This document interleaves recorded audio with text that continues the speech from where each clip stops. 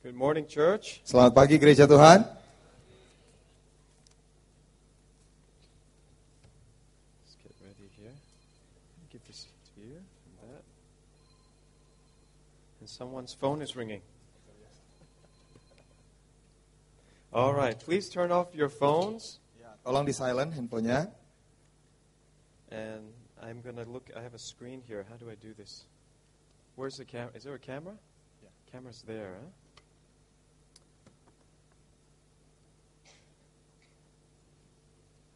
Yeah. That's yours, yeah? Or is that mine? I just want to make sure that I can see this as well. Anyway, welcome to church. We're so glad to be here. Ya, selamat datang di gereja. Kami sungguh bersuka cita dari sekarang di tempat ini. We've been to so many countries since we last saw you. Ya, terakhir kali kami ketemu Bapak Saudara, saya sudah kunjungin banyak negara. I hope you still remember me. Ya, saya harap Bapak Saudara masih ingat saya. How many people were here last time I taught? Ya, berapanya yang hadir terakhir kali saya mengajar di gereja ini? Bisa angkat tangan. How many people were not here? Ya, siapa yang tidak hadir waktu terakhir kali saya ada di sini? Bisa angkat tangan. Oh, are you new church members? Ya, anggota jemaat baru. Oh, give them a hand. Ya, They mari joined tepuk church tangan untuk recently. yang jemaat baru. That's wonderful. Luar biasa. All right, let me just give you some news. You know, since I came last time, I wrote another book. Ya, terakhir kali saya datang ke sini, saya sudah tulis satu buku lagi. 30 Days to a New You. Ya, 30 hari untuk menjadi saudara yang baru. I think there was somebody who wanted to translate this, but we didn't get it done into Bahasa. Yeah. But anyway, so it's only in English. Ya, jadi ada orang yang mau terjemahan ke bahasa Indonesia tapi belum, sehingga masih dalam bahasa Inggris. And I don't have it here. I didn't bring very much here. Ya, this saya time. tidak bawa banyak buku kali ini, jadi saya tidak bawa yang ini sekarang. But everything that we have, you can always use the order form and you get Indonesian price this time. Ya, tapi kalaupun saudara mau, saudara bisa pakai nanti form pemesanan, nanti dapat harga Indonesia. This is about transforming your life, okay? Ini bicara tentang transformasi hidup kita. Maybe tomorrow morning we might talk a little bit about it. Ya, mungkin besok kita akan bahas sedikit, besok pagi. Okay, but what do we come here to learn today? Tapi hari ini kita mau belajar untuk apa? Apa topiknya? End times. How do you say end time in Bahasa? Akhir zaman. Akhir zaman. Ya. Akhir zaman. Yes. Akhir means Akhir is end, end. time Zaman. is zaman. Okay, we're going to learn about akhir zaman. Ya, hari ini kita akan belajar tentang akhir zaman. Praise the Lord. Now, when I first became Christian, I was in Thailand. Nah, waktu pertama kali saya jadi orang Kristen, saya ada di Thailand. And I was actually told when I became Christian, they said, read the Bible. Ya, waktu itu saya dikasih tahu waktu saya jadi orang Kristen, kamu baca Alkitab. But they told me, don't read the book of Revelation. Dan mereka bilang, jangan baca kitab Wahyu. Wow, they create so much fear. Ya, itu jadi buat saya takut sekali. I'm just a brand new Christian. Saya baru jadi orang Kristen, But they said, don't read this book that God wrote. tapi mereka bilang, jangan baca kitab yang ditulis sama Tuhan ini. But I thank God I had very good teachers good pastors who would teach the book of Revelation. Tapi saya bersyukur kepada Tuhan, saya punya gembala yang bagus dalam mengajar kitab Wahyu. And slowly I begin to be interested in the end times. Dan lambat laun saya mulai tertarik dengan akhir zaman. And it's been almost 20 years I've been studying end times. Dan saya sudah 20 tahun pelajari tentang akhir zaman. So I'm going to save you a lot of time. What you learned today took me 20 years. Jadi saya harus kasih tahu apa yang Bapak Saudara pelajari. Satu hari ini saya butuh 20 tahun buat Wow. belajar. Okay.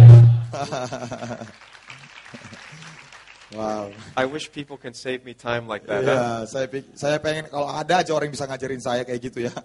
Now, Hemat waktunya. let me explain 3 groups of people who don't like this teaching. They really Nah. don't like it. Saya mau kelompokkan ada 3 kelompok orang dan yang tidak suka dengan pengajaran ini. It's not easy for me to preach about end times to the church. Tidak gampang untuk saya itu khotbah tentang akhir zaman ke gereja. Because many people don't like to hear end time. Karena banyak orang tidak suka dengar tentang akhir zaman. You know who they are? Tahu siapa orangnya? First group, all the single people in the church. Yang pertama yang masih single di gereja. They said, no, Pastor Steve, I'm going to get married. Enggak, Pastor Steve, saya mau menikah dulu. I don't want to hear Jesus is coming back. Saya nggak mau dengar Yesus segera datang. And I tell them, whatever happens, it's going to be better in heaven. Yes, dan apa yang saya bilang, apapun yang akan terjadi pasti di sorga jauh lebih baik. Number 2 group of people who don't like to hear. Kelompok kedua orang yang nggak suka dengar khotbah akhir zaman. People who have unsaved family and friends. Ya, orang yang masih punya saudara atau teman yang belum selamat. And that's a real, I sympathize. Yeah. You want your family to be saved. Ya, saya ikut bersimpati karena kita ingin semua anggota keluarga kita diselamatkan. So I think that if you know the time is short, you better hurry up. Ya, jadi kalau saudara tahu memang waktunya sudah pendek, ayo segera. If you know someone that's not saved, I think tomorrow you bring them to church. Ya, kalau bapak saudara kenal ada orang yang belum diselamatkan, saya rasa besok bawa ke gereja. You say, oh, but I invite them before. Tapi kalau saudara bilang, tapi saya sudah pernah undang sebelumnya. Well, invite them again. Ya, udah undang lagi besok datang. Tomorrow will be a special day. Besok adalah hari spesial. Both the morning and the afternoon service, any pre-believer can come and they will be Ya, saved. baik ibadah pagi besok pertama, yang kedua, kalau ada orang percaya yang belum diselamatkan, datang, besok mereka akan And diselamatkan. in fact, I find that the pre-believers are even more interested about the last days than some Christians. Ya, dan bahkan saya temukan orang-orang yang belum percaya di luar sana itu bahkan ada yang lebih tertarik mengenai akhir zaman dibandingkan orang-orang Kristen.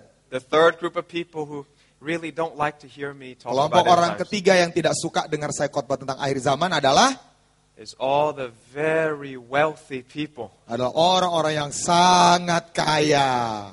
There's a new IPO coming. Aduh, ada IPO segera diluncurkan. There's a new business they're going to buy. Aduh, ada bisnis baru yang saya mau beli. There's another piece of land they want to develop. Aduh, sebidang tanah yang mau saya bangun. They don't want to hear Jesus is coming. Mereka nggak mau dengar Yesus sudah mau datang. They want to make more money. Mereka mau dapat uang lebih banyak lagi. Now, I'm very happy you're making money. Ya, saya senang bapak saudara itu menghasilkan uang. But if Jesus comes and you have, $10 million sitting in the bank doing Ya, nothing, tapi kalau Yesus datang dan bapak saudara masih punya rekening $10 juta di bank, nggak diapa-apain. and Jesus says, my son, I gave you $10 million. Dan Yesus berkata, anakku, aku berikan kamu $10 juta.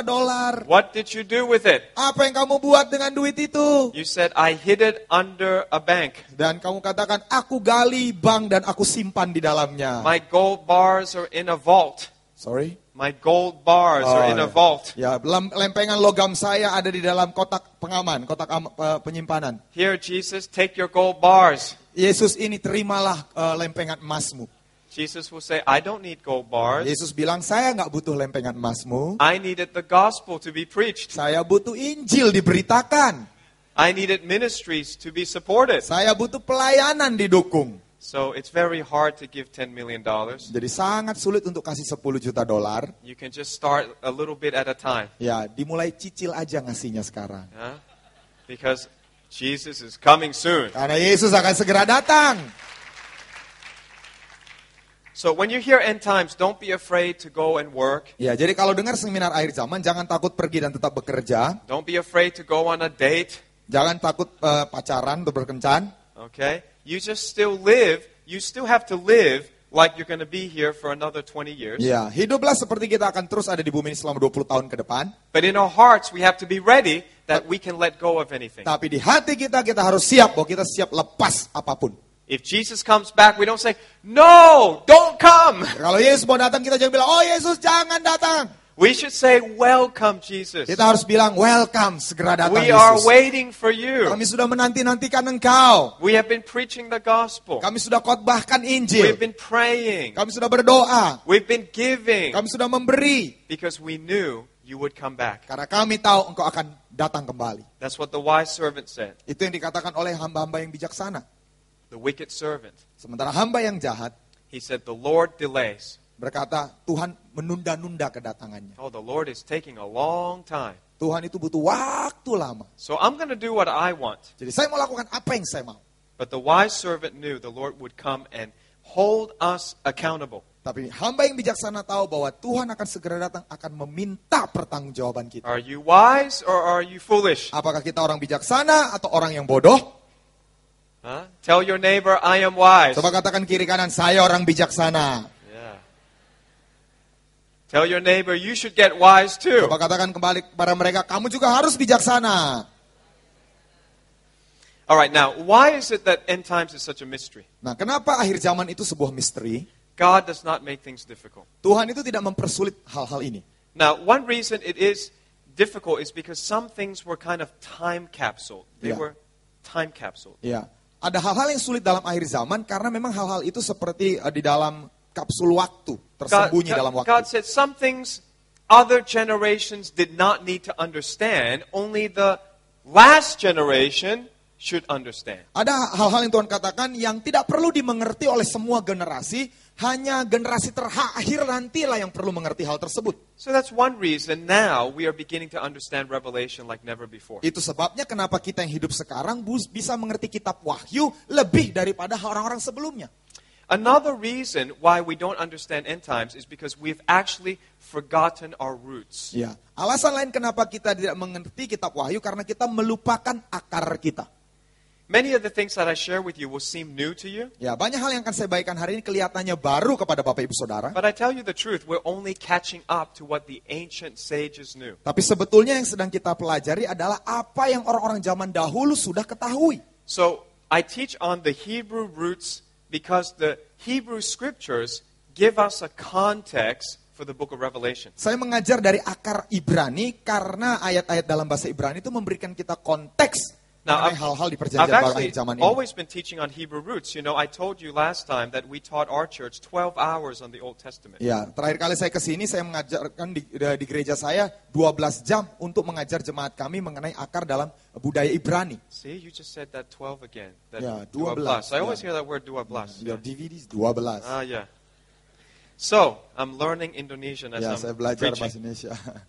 So, without that foundation in the Hebrew scripture, I understand, it is a little bit difficult to understand Revelation. Jadi tanpa fondasi di dalam hal-hal budaya Ibrani memang sedikit sulit untuk mengerti kitab Wahyu. So this is why I taught in our church. I taught this twice, 24 hours on the Yes. Old Testament. Saya mengajar ini 24 kali, 24 pertemuan mengenai perjanjian lama ini. By the way, I didn't bring any. I'm just telling you. I Ya, didn't bring any. saya tidak bawa material ini, jadi saya cerita saja. So, and then recently, God told me to update the teaching on the Hebrew roots specifically related to end time Dan prophecy. baru-baru ini Tuhan suruh saya untuk mengupdate pengajaran ini dalam hal akar di budaya Ibrani, khususnya masalah akhir zaman, nubuatan akhir zaman. What I taught in 4 hours, I'm going to try to give you highlights in 2 hours today. Yeah, This is jadi- today's topic. Ya, apa yang saya sudah ajar 4 jam, saya akan berusaha sorot dalam waktu 2 jam. Ini topik utama saya hari ini. So you have to tell your neighbor, put your seatbelt on. Ya, coba katakan kiri kanan, ayo pakai sabuk pengaman. We're going to go fast and high. Ya, kita akan ngebut hari ini.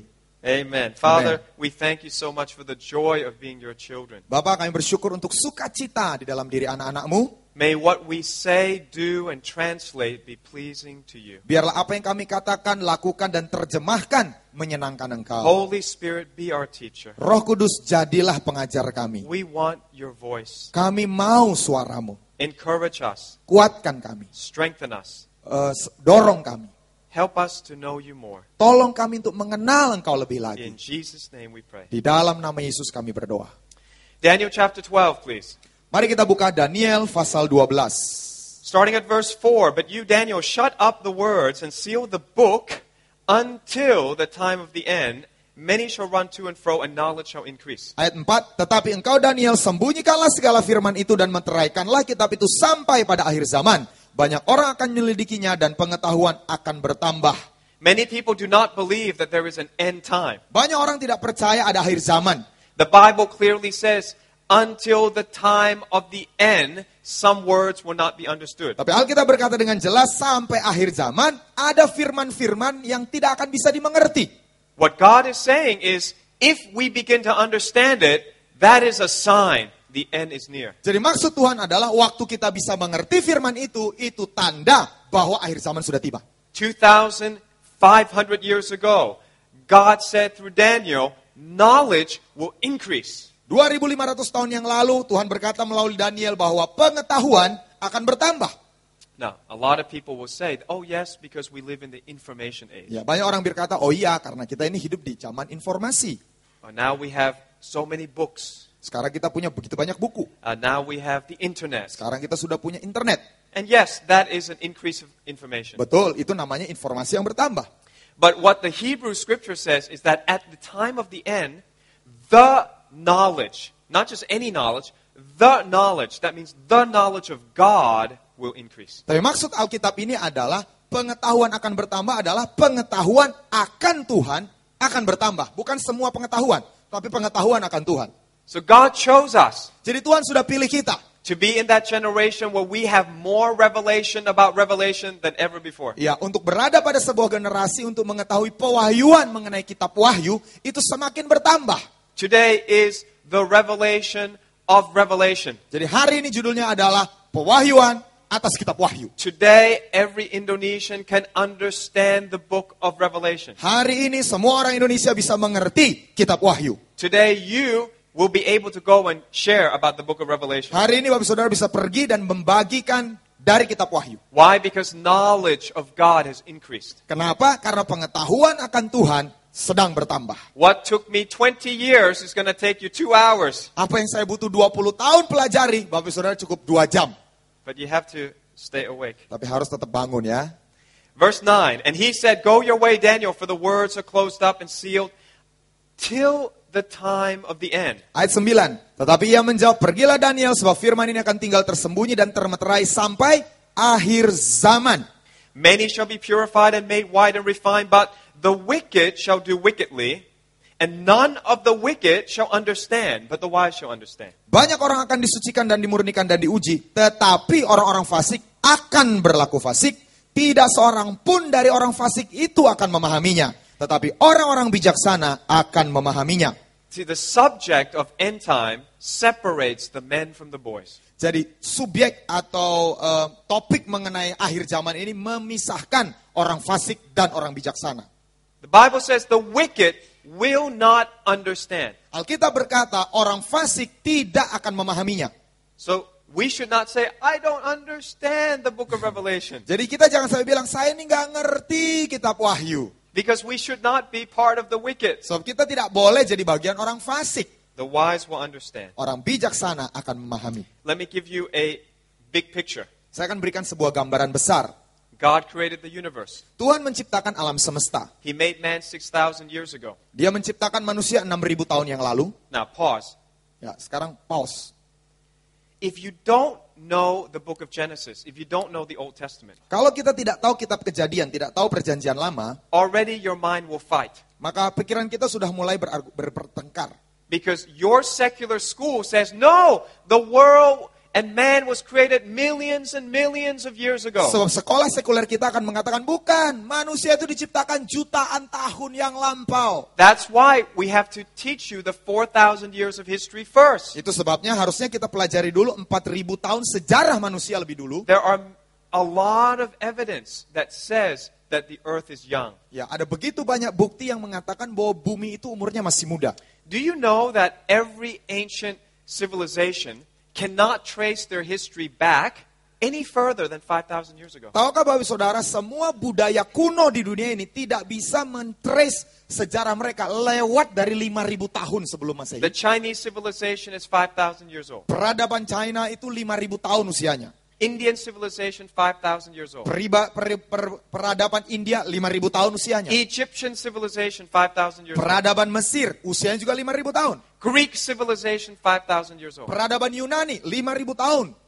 Now my question is, what happened before 5,000 years ago if we have been here for millions and millions of years? Pertanyaan saya sederhana, apa yang terjadi sebelum 5.000 tahun yang lalu kalau memang manusia itu sudah ada jutaan tahun sebelumnya? But see, if you don't study the Bible, the Hebrew scriptures, then you will be brainwashed with only one side of the story, and then when we talk end times, your mind is closed. Jadi kalau kita tidak mengerti apa kata budaya Ibrani tentang mengenai sejarah ini, maka kita akan dicuci otak oleh pendidikan sekuler kita, dan waktu baca kitab Wahyu, kita tidak akan mengerti. And I don't have time to go through the Old Testament now because we have a mission. We want you to understand the book of Revelation. Ya, tapi karena sekarang nggak ada waktu kita untuk membahas sejarah tentang perjanjian lama, karena kita mau fokus mengenai kitab Wahyu, akhir zaman. So if you have a question mark, when I say the timeline is 6,000 years, you need to maybe go and study the other side, study the evidences that the earth and the world and the civilization, it's quite young. Ya, jadi kalau Bapak Saudara saya bilang tadi timelinenya itu cuma 4.000 tahun dan tidak mengerti,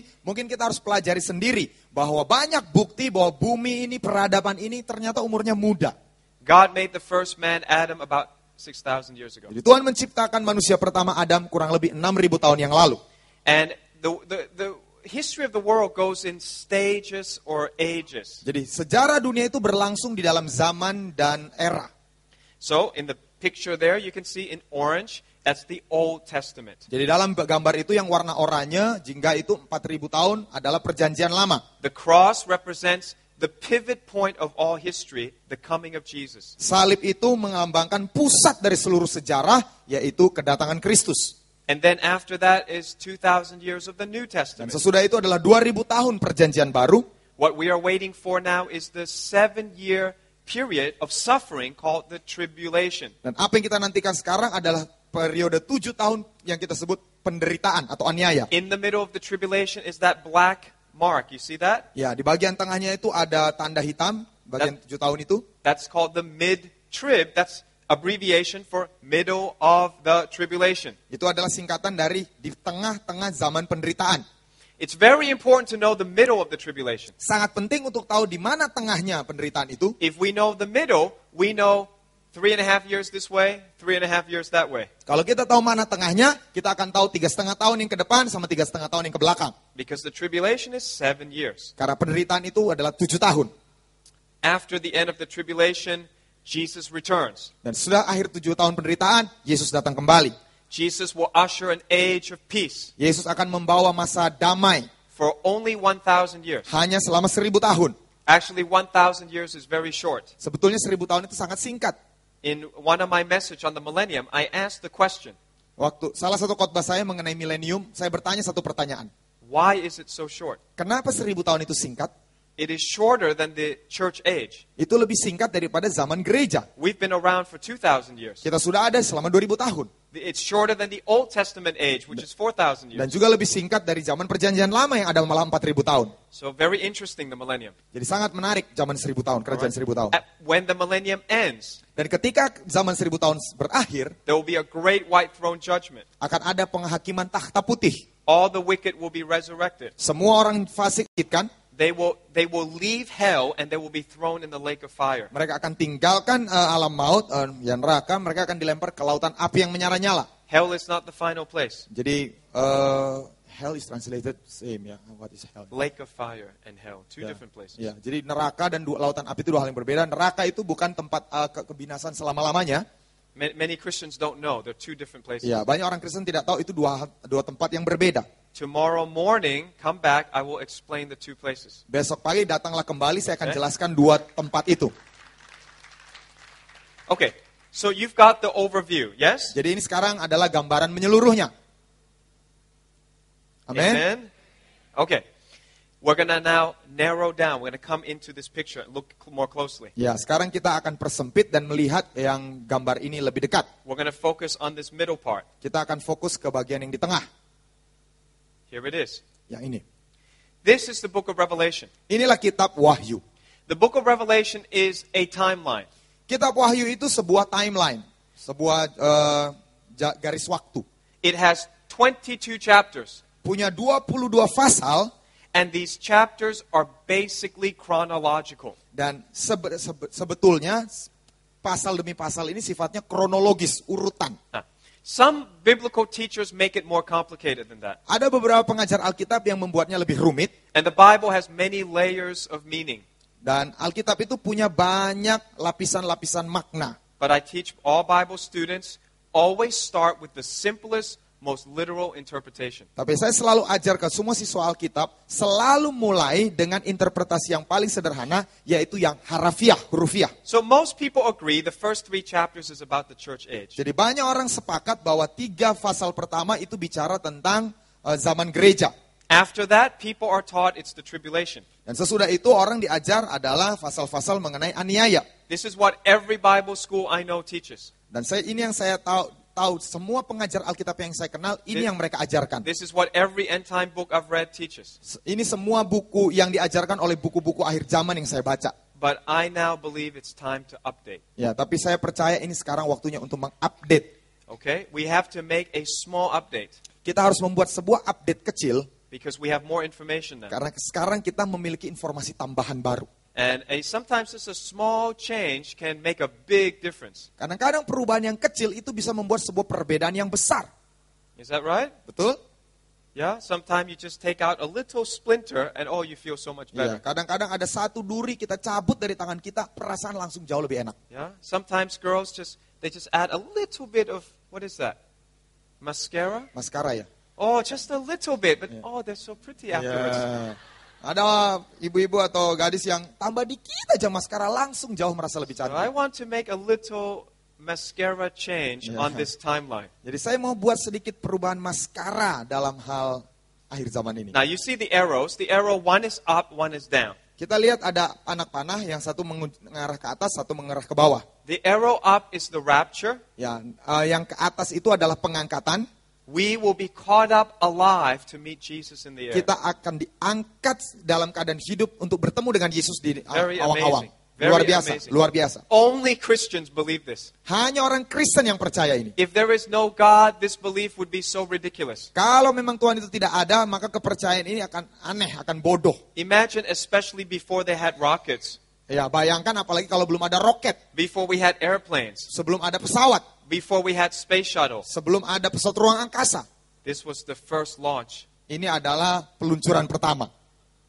Enoch was launched into outer space. Ya, Henok itu diluncurkan ke angkasa luar. Elijah was launched into outer space. Elia itu diluncurkan ke luar angkasa. I'm telling you, if there's no God, this would seem absurd. Saya kasih tahu kalau tidak ada Tuhan, berarti ini sesuatu yang tidak masuk akal. But the good news is there is a Tapi God. kabar baiknya adalah Tuhan itu ada. God had the technology to go to outer space before NASA. Tuhan punya teknologi keluar angkasa sebelum NASA punya. You think God is smarter than NASA? Saudara yakin Tuhan lebih pintar dari NASA? Amen. Amin. Did you know, I don't have my iPhone. Many of you have iPhones, yeah? Ya, banyak yang punya iPhone. Do you know there's more computing power in your iPhone than in the whole NASA space program when they put man on the moon? Tahukah Bapak Saudara, lebih banyak program di iPhone kita dibandingkan program yang dipunyai NASA waktu mereka bawa orang pertama kali ke atas bulan. God is smarter than an iPhone, don't you think? Ya, Tuhan itu jauh lebih pintar daripada iPhone, setuju? So, he said, one day we go up. Jadi Tuhan berkata, satu hari nanti kita akan diangkat naik. And then the arrow down, he says, one day I will come back down. Dan arah panah ke bawah berkata, satu hari lagi nanti aku akan datang ke bumi. Now, I'm going to update a few things in the Revelation timeline. First, we have to add the heavenly scenes. There are some scenes in the book of Revelation that are not on earth, they're in heaven. Ya, saya akan update beberapa hal di dalam timeline di kitab Wahyu. Ada beberapa kejadian di langit yang terjadi. Mereka tidak terjadi di muka bumi ini, tapi ini sedang terjadi di atas angkasa sana. So you see chapter 4 to 5 is in heaven. Jadi pasal 4 dan pasal 5 itu peristiwa-peristiwa di langit. That means it's not, that part has to be lifted up. Jadi bagian itu tuh harus diangkat. And then chapter 3 and 6, they really have to be together. Ya, dan pasal 3 dan pasal 6 itu yang ada bersama-sama. Does that make sense? Masuk akal? Sure. And then chapter 14 and 15, you read it, you see, they're in heaven. Ya. Oh, di heaven, di sorga ya maksudnya. Jadi pasal 14 ayat 5 dan pasal 15 juga sama. Itu dua peristiwa yang ada di sorga, bukan di bumi. That means chapter 13 connects with chapter 16 because there's a parentheses. Let's talk about heaven. God says, I changed topic. I want to talk about heaven. Nah, pasal 13 dan pasal 16 itu terjadi di bumi. Jadi pasal 14 dan pasal 15 itu Tuhan bilang, oh, saya mau pindah topik dulu. Saya mau bicara tentang sorga. If you're living on earth, you don't know what's going on in heaven. Kalau engkau tinggal di bumi, engkau tidak tahu apa yang sedang terjadi di sorga. If you're living on earth, you will step from chapter 13, you will step right into chapter 16. Jadi kalau engkau masih di bumi, engkau akan melangkah dari pasal 13 langsung ke pasal 16. Everyone follow? Ya, bisa mengikuti semuanya? Not hard, right? Nggak susah ya? Okay, so we have to update that. We have to explain the detail of that. Ya, jadi kita harus mengupdate hal itu. Kita harus menjelaskan detail tentang hal-hal itu. And then chapter 21, 22 is about eternity, so I make the nice pretty cloud for you to see. Ya, Okay? jadi pasal 21-22 itu sudah di kekekalan. Jadi saya lambangkan dengan awan. Okay, you follow so far, yeah? Ya, sejauh ini bisa ikuti ya. One more mascara. Ya, satu maskara lagi. Okay. Chapter 6 is very unusual. Pasal 6 itu sangat tidak lumrah, sangat tidak biasa. People have always taught that chapter 6 is part of the tribulation I'm saying I don't think so. Ya, banyak orang selalu mengajar bahwa pasal 6 itu adalah bagian dari masa aniaya. Menurut saya, tidak. Today, we will only talk about chapter 6. Nah, hari ini kita hanya akan bahas mengenai pasal 6. Why? Because I believe chapter 6 is not the tribulation, it's the pre-tribulation. Mengapa? Karena saya percaya pasal 6 itu bukan masa aniaya, tapi masa pra atau sebelum aniaya besar. It's what Jesus called the birth pangs. Ini yang Yesus katakan masa sakit bersalin. That's the labor pain that a woman feels before she delivers. Ya, itu rasa sakit yang dirasakan oleh seorang ibu sebelum dia melahirkan bayinya. And Jesus says the earth will go into contraction just before the second coming. Dan Yesus berkata, dunia ini akan mengalami rasa sakit bersalin sesaat sebelum Yesus datang kedua kalinya. And he spoke so much about the pre-tribulation in Matthew 24 and Luke 21. Dan Yesus begitu banyak bicara tentang masalah pra-tribulasi ini di pasal 24 kitab Matius dan Lukas 21. And I don't know why prophecy teachers don't notice this. Dan saya tidak mengerti mengapa para pengajar tentang nubuatan tidak mengajarkan hal ini. But if you read Matthew 24, Luke 21, and you compare it with Revelation chapter 6, they're all the same things. Tapi kalau kita baca Matius 24, Lukas 21, dan Wahyu pasal 6, semuanya itu membicarakan hal yang sama. And in virtually the same order. Dan bahkan sampai urutan yang sama. Why does he talk so much about the pre-tribulation? Kenapa Yesus banyak bicara tentang masa pra-aniaya? Because his children will see the pre-tribulation, but his children will not see the tribulation. Karena anak-anaknya akan melihat masa pra-tribulation, tapi tidak akan mengalami masa-masa aniaya. So God emphasized the pre-tribulation sign to the Christians, and then he emphasized the tribulation to the Jews. Jadi Tuhan itu menekankan masa pra-aniaya kepada anak-anaknya, anak-anak Tuhan, dan menekankan masa aniaya itu kepada orang Yahudi. There are two different messages for two different groups of people. Jadi ada dua pesan yang berbeda kepada dua kelompok yang berbeda. Now, the pre-tribulation signs are very famous. Nah, tanda-tanda masa sebelum aniaya ini sangat terkenal. In the pre-tribulation sign, there are 7 seals. Di dalam masa pra-aniaya ada 7 meterai. After the 7 seals, there are 7 trumpets. Sesudah 7 meterai ada 7 sangkakala. After 7 Trumpet. trumpets, there are 7 bowls. Dan sesudah 7 sangkakala ada 7 cawan. Now, why does God speak in pictures? Nah, kenapa Tuhan berbicara menggunakan gambar? Because that is the way that we teach children. Karena ini cara kita mengajar anak-anak. When you want to teach a child, you start using pictures. Kalau kita mau mengajar anak-anak, kita akan menggunakan gambar-gambar. You do not give a 6-year-old child mathematical equations and formulas. Saudara tidak bisa mengajar ke anak kelas 6 SD rumus matematika.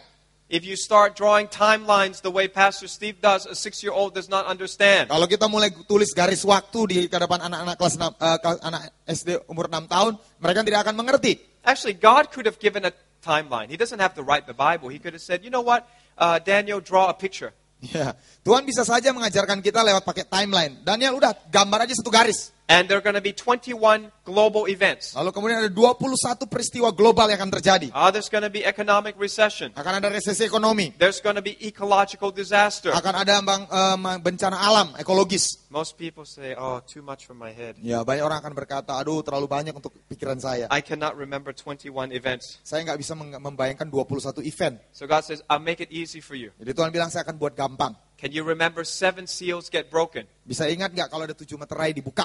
Yes, I can remember that. Oh, bisa. Kalau yang itu saya bisa God ingat. says, can you remember 7 trumpets? Bisa ingat kalau 7 trompet ditiup? Yes, I can remember that. Ya, saya bisa ingat itu. Good, okay. Can you remember Bagus. 7 bowls are poured out? Bisa bayangkan, bisa ingat kalau 7 cawan ditumpahkan? Very easy. Oh, gampang sekali. God says, good, I'll talk to you in pictures. Ya, Tuhan bilang bagus. Kalau gitu saya akan bicara dengan So there menggunakan is gambar. 7, 7, 7. Jadi 7, 7, 7. 7 times 3 is 21. 7 dikali 3 itu 21. Then he starts with the first 4 events. Jadi dia mulai dengan 4 event pertama. He says there will be 4 horsemen coming. Dikatakan ada 4 penunggang kuda datang. Can everyone remember that? Bisa ingat ada 4 penunggang kuda? Yeah, in fact, it's so easy to remember that even the people in Hollywood, even people in the world who don't go to church, they know the 4 horsemen of the apocalypse. Begitu gampangnya diingat, bahkan orang-orang di Hollywood yang nggak datang ke gereja tahu dan bisa ingat ada 4 penunggang kuda di akhir zaman. But because they don't read the Bible, they don't know who are these 4 horsemen. Tapi karena mereka tidak baca Alkitab, mereka tidak tahu siapa masing-masing 4 penunggang kuda ini. Would you like to know who they are? Saudara mau tahu siapa mereka? All right, I'm going to show you. Here are the 4 horsemen. Nah, The ini 4 4 penunggang kuda. horsemen all belong in Revelation 6. Ya, 4 penunggang kuda ini semua ada di dalam Wahyu pasal 6. Now, we're not going to guess what they are. Nah, kita tidak akan tebak-tebak siapa mereka. We're going to let Jesus tell us what they are. Kita akan izinkan Yesus yang memberitahu siapa mereka. Jesus preached 2 long end-time sermons, Matthew 24, Luke 21. Yesus khotbahkan 2 khotbah panjang tentang akhir zaman, Matius 24 dan Lukas 21. Now, these 2 sermons people are confused about Nah, 2 khotbah ini banyak membingungkan orang. because some parts sound the same, So, ada beberapa bagian itu kelihatannya sama, but actually they're 2 different sermons. tapi sebetulnya 2 khotbah yang berbeda. He spoke at different locations Dia berbicara di lokasi yang berbeda, to different people. kepada kelompok orang yang berbeda. He answered different questions. Dia menjawab pertanyaan yang berbeda. But the main thing that is in common Tapi hal utama yang sama di antara keduanya are the 6 pre-tribulation signs. adalah 6 tanda sebelum aniaya. Let's read Jesus' words. Mari kita baca firman Tuhan Yesus. Matthew 24, verse 4. Jesus answered and said to them, "Take heed that no one deceives you." Matius 24 ayat yang keempat berkata, jawab Yesus kepada mereka, waspadalah supaya jangan ada orang yang menyesatkan kamu. Please go. 5, 6, 7, 8. Sebab banyak orang akan datang dengan memakai namaku dan berkata, akulah Mesias, dan mereka akan menyesatkan banyak orang. Kamu akan mendengar deru perang atau kabar-kabar tentang perang. Namun berawas-awaslah, jangan kamu gelisah. Sebab semuanya itu harus terjadi, tetapi itu belum kesudahannya. Sebab bangsa akan bangkit melawan bangsa dan kerajaan melawan kerajaan. Akan ada kelaparan dan gempa bumi di berbagai tempat. Akan tetapi semuanya itu barulah permulaan penderitaan menjelang zaman baru. So Jesus says in verse 8, all these are the beginning of sorrows. Jadi Yesus berkata ayat 8, ini semua baru permulaan penderitaan. He did not say this is the tribulation. Dia tidak berkata bahwa ini adalah masa aniaya. These are the signs before the 7-year tribulation. Ini adalah tanda sebelum 7 tahun aniaya. Then Luke 21, verse 8. Lalu kemudian di Lukas 21 ayat yang And he ke-8. said, take heed that you do not be deceived, for many will come in my name, saying, I am he, and the time is drawn near. Therefore do not go after them. Jawabnya, waspadalah supaya kamu jangan disesatkan. Sebab banyak orang akan datang dengan memakai namaku dan berkata, akulah dia, dan saatnya sudah dekat. Janganlah kamu mengikuti mereka. Let's go. Verse 9, 10, 11. Dan apabila kamu mendengar tentang peperangan dan pemberontakan, janganlah kamu terkejut. Sebab semuanya itu harus terjadi dahulu, tetapi itu tidak berarti kesudahannya akan datang segera. Ia berkata kepada mereka, bangsa akan bangkit melawan bangsa dan kerajaan melawan kerajaan. Dan akan terjadi gempa bumi yang dahsyat dan di berbagai tempat akan ada penyakit sampar dan kelaparan. Dan akan terjadi juga hal-hal yang mengejutkan dan tanda-tanda yang dahsyat dari langit.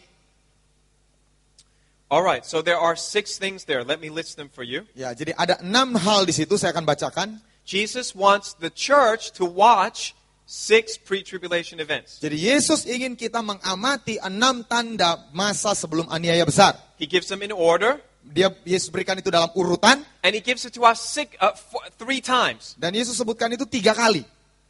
Luke, Matthew, Revelation. Di Lukas, di Matius, dan Wahyu. Number 1, false prophet. Yang pertama, nabi palsu. Revelation says there's a white horse. Di kitab Wahyu dikatakan ada penunggang kuda putih. Number 2, wars. Yang kedua, perang.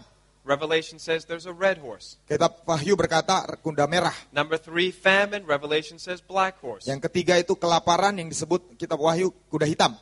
Number 4, death. And Revelation says green horse. Yang keempat, kematian, dan kitab Wahyu berkata itu kuda hijau. Number 5, earthquakes. Nomor 5, gempa bumi. And Revelation talks about earthquakes. Dan kitab Wahyu juga berbicara tentang gempa bumi. Number 6, signs in the sky. Nomor 6, tanda-tanda di langit. That's exactly what Revelation talks about. Dan itu persis apa yang dikatakan oleh kitab Wahyu. But Revelation adds one more thing, the silence in heaven. Tapi kitab Wahyu menambahkan satu hal lain, yaitu kesunyian di surga. That is the nature of the Bible. It's progressive revelation. Itu sifat dari Alkitab. Pewahyuan yang progresif. As we read more, God sometimes insert a little bit extra information. Ya, saat kita lebih banyak membaca, kadang-kadang Tuhan menambahkan informasi ekstra. Alright, so let's go back and take a look at this chart. Ya, mari kita lihat sekarang diagram ini. What are we going to study today? Apa yang akan kita pelajari hari ini? 1 chapter. Satu pasal. Chapter 6. Inside of chapter 6, there are how many signs? 6 signs. Jadi di Let's pasal go. 6 kita akan pelajari ada 6 tanda. And they're given in pictures. Today, the first hour, we only cover the 4 horsemen of the apocalypse. Dan bagian pertama, sesi pertama ini kita hanya akan membahas tentang 4 penunggang kuda akhir zaman. The first horse is white. Yang pertama, putih. Next one, help me. Yang kedua, kuda. Red. Red. Third one, Yang ketiga, black. Fourth one, green. Now green. Now does it say green in the Bahasa? Yang keempat, yellow green, yellowish, greenish. Oh, okay. I don't know why. In English it says pale. Di In bahasa Inggris- Bahasa it says yellow. Ya, di bahasa Inggris itu hijau pucat, di bahasa Indonesia itu hijau kuning. But we know the word in Greek is chloros. Tapi dalam bahasa Yunani itu kloros. You know, chloros is the word for chlorophyll. Chlorophyll is the chemical that makes this plant green. Ya, kloros itu yang menciptakan kata klorofil, dan klorofil itu yang membuat daun ini jadi hijau. So that's the color. Jadi ini warna kuda yang keempat. Thank you, Pastor, for putting it there for me. Ya, terima You just kasih put Pak it there before Gembala. I came. Ya, ditaruh di sini. Now sebelum you saya- remember, this is chloros, Ya, okay? jadi semuanya bisa ingat ini warnanya kloros. All right. Let's start with the white horse. Sekarang kita mulai kuda putih. Remember, Revelation is a timeline. Ingat, kitab Wahyu itu adalah sebuah garis waktu. When you understand the timeline, it helps you to not be confused. Waktu kita mengerti garis waktu ini, kita akan tertolong untuk tidak bingung. The white horse appears in chapter 6. Penunggang kuda putih yang di pasal 6 ini, The Antichrist appears in chapter 13. sementara antikris itu muncul di pasal 13. What does that mean? Artinya, The white horse may not be the Antichrist. mungkin bukan, bisa saja bukan antikris. He could be, Bisa saja iya, but that is only an assumption. tapi itu cuma asumsi. Now, every prophecy teacher I know says the white horse is the Antichrist. Ya, setiap pengajar nubuatan akhir zaman yang saya kenal, mereka berkata bahwa penunggang kuda putih itu antikris. Maybe, Mungkin, but maybe not. mungkin juga tidak. Because you got to look at the timeline. They're two different times. Karena kita harus lihat dari garis waktunya, ada dua peristiwa yang berbeda. The white horse does not come with a label. I am the Antichrist. Ya, orang yang naik kuda putih itu tidak pakai label, saya antikris itu. There is another white horse in chapter 19. Ada lagi penunggang kuda putih di pasal 19. Now, we all know that white horse is Jesus' ride, Jesus' car. Dan kita semua tahu bahwa kuda putih itu ditunggangi oleh Yesus. Now, why do we say the white horse of chapter 6 is not the white horse of chapter 19? Ya, lalu kenapa kita katakan bahwa penunggang kudanya, kenapa bukan yang pasal 6 itu juga pasal 19? Because they come at different times. Karena mereka berdua datang pada waktu yang berbeda. The white horse of chapter 6 comes at the beginning of the tribulation. Penunggang kuda putih yang di pasal 6 itu datang di awal masa aniaya. The white horse of chapter 19 comes at the end of tribulation. Penunggang kuda warna putih itu yang kedua datang di akhir masa aniaya. So most theologians agree, even though both are white horses, they're not the same people. Jadi semua ahli teologi setuju walaupun dua-duanya kuda putih, mereka adalah orang yang berbeda. I am suggesting today that the Antichrist in chapter 13 may not be the white horse Dan of menurut saya, chapter 6. penunggang kuda putih yang di pasal 13 itu adalah antikris, bukan penunggang kuda putih yang di pasal 6. What we know is the first sign is the deceiver. Yang kita tahu adalah bahwa tanda yang pertama adalah penyesatan. Millions of people will be deceived by someone. Jutaan orang akan disesatkan oleh seseorang. The color white we know is the color of peace. Kita tahu warna putih adalah warna damai. So we can say the white horse represents a false peace. Jadi kita bisa katakan bahwa kuda putih itu melambangkan perdamaian yang palsu. Now, this is not hard to figure out. Nah, ini tidak susah untuk kita mengerti. There is only one person that most people in the world can name who won the Nobel Peace Prize recently. Ya. Hanya ada satu orang yang diketahui oleh seluruh dunia ini who won, yang memenangkan baru-baru ini Nobel perdamaian.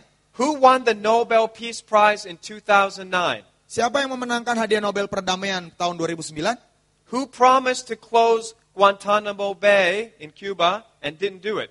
Siapa yang menjanjikan untuk menutup Guantanamo Bay di Kuba tapi tidak dilakukan? Who promised to end all the wars of George Bush and didn't do it? Siapa yang berjanji menghentikan perangnya George Bush tapi tidak lakukan? Who lives in the White House? Siapa yang hidup di Gedung Putih? The white horse lives in the White House. Kuda putih itu hidup di Gedung Putih.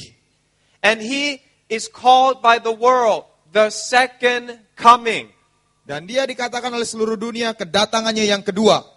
If you are a Christian Saudara orang Kristen, and someone says you are the second coming, dan seorang berkata saya adalah kedatangan yang kedua, your conscience cannot allow that. Maka hati nurani saudara pasti melarang saudara bilang itu. You have to say, please, don't call me the name of the Lord Jesus Christ. Saudara akan bilang, tolong jangan sebut saya pakai nama Yesus Kristus. But Obama is very happy to be called the second coming. Tapi Obama sangat senang disebut sebagai kedatangannya yang kedua. When he won the prize, he said, it is with great humility that I accept this. Ya, waktu dia menerima hadiah Nobel perdamaian dia berkata dengan kerendahan hati yang luar biasa. Saya menerima hal You ini. can see how humble he is. Saudara bisa lihat betapa rendah hatinya dia. Let's look at Obama's peace. Mari kita lihat perdamaian Obama. This is the world's man of peace. Ini adalah orang perdamaian dunia. Daniel chapter 11 verse 21 predicted, Daniel pasal 11 ayat 21 memperkirakan, in his estate there shall stand up a vile person, could be the Antichrist, to whom they shall not give the honor of the kingdom, but he shall come in peaceably and shall obtain the kingdom by flatteries. menggantikan dia akan muncul seorang yang hina, yang tidak memperoleh martabat raja, tetapi dengan tidak disangka-sangka, ia akan datang merebut kedudukan raja dengan perbuatan-perbuatan licin. Now if you say George Bush, Kalau saudara berkata George Bush, everyone hate him. Everyone hates him. semua orang benci dia. Oh, he's a president of war. Dia ini presiden perang. But Obama, Tapi Obama, oh Obama, such peace. begitu damai. We love Obama. Kami mengasihi Obama. Well, let's look at what happened since his peace. Nah, mari kita lihat apa yang terjadi ketika dia menciptakan perdamaian. Hosni Mubarak was ousted on February 2011 after 30 years of rule. Hosni Mubarak digulingkan tanggal 11 Februari 2011 sesudah 30 tahun memerintah. And Egypt, which used to be a friend of Israel, has now fallen into the hands of the Muslim Brotherhood. Nah, Mesir yang dulunya sahabatnya Israel sekarang jatuh kepada persaudaraan Muslim. Next, Muammar Gaddafi was assassinated in October 2011. Berikutnya Muammar Gaddafi dibunuh tanggal 20 Oktober 2011. Libya fell to the Muslim Brotherhood. Libya juga jatuh ke tangan yang sama. You must understand that this is a plan. Saudara harus mengerti ini perencanaan. This is no accident. Ini bukan kecelakaan. Obama is eliminating one leader after the other. Obama ini sedang menghancurkan satu demi satu The kepemimpinan. next target is Al-Assad. Target berikutnya adalah Al-Assad. Who do you think Syria will fall to? Saudara pikir Syria akan jatuh ke tangan siapa? It's not finished yet, Belum selesai sekarang, but I predict tapi saya prediksikan no democracy. nggak akan ada demokrasi lagi. Muslim Brotherhood. Muslim Brotherhood. The most extreme fundamental Muslim political party. Ya, partai politik paling fundamental. Why is he doing this? Kenapa dia lakukan ini? Obama's ambassador, Chris Stevens, was assassinated on September 11, 2012. Duta Besar Amerika Serikat Chris Stevens dibunuh tanggal 11 September 2011. 2012. Obama blamed it on an anti-Muslim film. Obama mempersalahkan itu karena ada film anti-Muslim. And later they said, oh, that's a lie, so they have to take the story back. Jadi dan akhirnya mereka berkata oh itu bohong dan akhirnya ceritanya ditarik. Where was the protection for this ambassador? Di mana perlindungan untuk duta besar dia, duta besar mereka? They won't inquire into this. Mereka nggak mau selidiki ini. We still don't know the truth of what happened. Sampai sekarang belum tahu apa yang terjadi kebenarannya. This is the Obama nation. Ini adalah Obama Nation. Now, this is a plain English, okay? Abomination means something disgusting in English. Dalam bahasa Inggris ini artinya abomination itu penghinaan. Obama nation means the nation of Obama, Ya, Obama Nation artinya bangsanya Obama, but it sounds like abomination. tapi seperti abomination atau penghinaan. Look at Obama. No U.S. president has ever bowed to the Saudi king. Tidak pernah ada presiden Amerika pernah bungkuk di depan Raja Saudi. Obama went to Thailand. He did not bow to the king of Thailand. Obama pergi ke Thailand, tidak bungkuk hormat kepada Raja Thailand. Obama has met the Queen of England. He does not bow to the Queen of England. Obama pergi ketemu dengan Ratu Inggris, tidak bungkuk hormat di depan Ratu Inggris. It is a tradition that no U.S. president bows to a monarch. Ya, tidak pernah ada, ini satu tradisi, tidak boleh ada presiden Amerika Serikat bungkuk Because di depan seorang raja. Whoever you bow to, that person is above you. Ya, kepada siapa saudara bungkuk, maka orang itu di atas engkau. Obama understands this. Dan Obama mengerti hal ini. When he met the king of Saudi Arabia, Waktu dia he is a very tall man. He had to go very far out of his way to bow to this king. Ya, tapi dia ketemu dengan Raja Saudi karena dia sangat tinggi, dia harus bungkuknya sangat dalam kepada Raja Saudi. This is not conspiracy theory. Ini bukan teori konspirasi. This is the man that they call the man of peace. Ini yang orang disebut sebagai manusia perdamaian. No U.S. president has ever endorsed gay marriage. Tidak pernah ada presiden Amerika yang mendukung pernikahan gay. As soon as Obama became president a second term, there was a great move worldwide to legalize homosexual marriage. Begitu Obama terpilih ke periode kedua menjadi presiden, pergerakan pendukungan pernikahan homoseksual merebak di mana-mana di seluruh dunia. 3 U.S. states already legalized it. 3 negara bagian Amerika sudah melegalkan, meresmikan secara hukum. After that, the United Kingdom legalized gay marriage. Sesudah itu, kerajaan Inggris sekarang Right now, melegalkan. Australia wants to legalize gay Sekarang marriage. Australia mau melegalkan pernikahan gay. Obama is going to come up against one man. Nah, Obama akan datang menentang satu orang. His name is Benjamin Netanyahu. Namanya Benjamin Netanyahu. There's a lot of interesting reasons why he also may be the last prime minister or the end-time prime minister of Israel. Ada begitu banyak alasan mengapa dia kemungkinan adalah Perdana Menteri Israel terakhir di akhir zaman ini. His greatest fear for his country Ketakutannya terbesar atas negaranya is this. adalah ini, It is the Ezekiel 38 war. yaitu Perang Yehezkiel 38.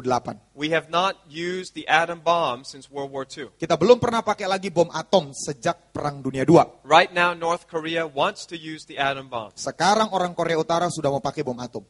And maybe they will, maybe they won't. Mungkin mereka akan pakai, mungkin tidak.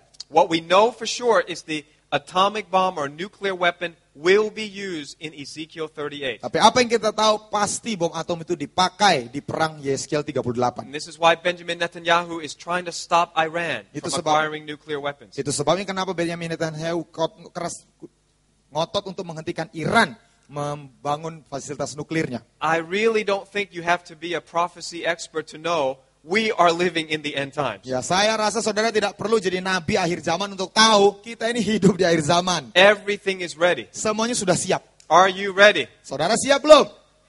Now, have you heard of the Bible codes? Siapa yang pernah dengar buku Bible Codes? Very few. Okay, when I first became a Christian, I heard about the Bible code. Waktu saya pertama kali jadi orang Kristen, saya dengar buku Bible Code. In 1997, there was a secular journalist who wrote a book called the Bible Code. Tahun 1997 ada seorang wartawan sekuler yang menulis buku Bible Codes. And it shows that the Bible has secret codes that are predicting or that are relating to all the major events of the world. Dia berkata bahwa Alkitab itu mempunyai kode rahasia yang berkaitan dengan semua peristiwa-peristiwa besar di seluruh dunia. Like, you know, the assassination of Yitzhak Rabin was there. Contohnya pembunuhan kepada Yitzhak Rabin. The location, Tel Aviv. Ya, lokasinya di Tel Aviv. The name of the gunman. Nama penembaknya. It was all in the Bible, Semuanya ada di Alkitab. but it's hidden in code. Tapi itu tersembunyi dalam kode. The code works like this. It works in equal letter distant skipping or sequencing. Ya, kodenya itu bekerjanya caranya loncat huruf demi huruf dalam jarak huruf yang sama. So the distance is what you have to figure out through a computer. Ya, jaraknya itu harus dihitung pakai komputer. So there's like maybe if your name is Obama, Misalnya contohnya namanya Obama. you think, is my name in the Bible code? Ya, apakah nama saya ada di Bible Code? So you get the computer to search. Lalu kemudian pakai komputer di search. And then there are many places his name appears. Ya, dan ada beberapa tempat namanya muncul. I will tell you one later. Saya nanti akan kasih tahu di mana munculnya But dia. basically, when you find O, Tapi pada dasarnya kalau saudara cari ketemu huruf O, then the computer skip 1, 2, 3, 4, 5, 6, 7. Then you get B. lalu 1, 2, 3, 4, 5, 6 ke 7 B, Skip 1, 2, 3, 4, 5, 6, 7. A. lalu kemudian 1, 2, 3, 4, 5, 6, 7 And ketemu you just A, keep doing that, and you get Obama, but it's not on the surface. It's under. It's in a code. maka kita akan ketemu sudah berapa lama itu Obama, tapi itu bukan di dalam di permukaan, ada dalam kode.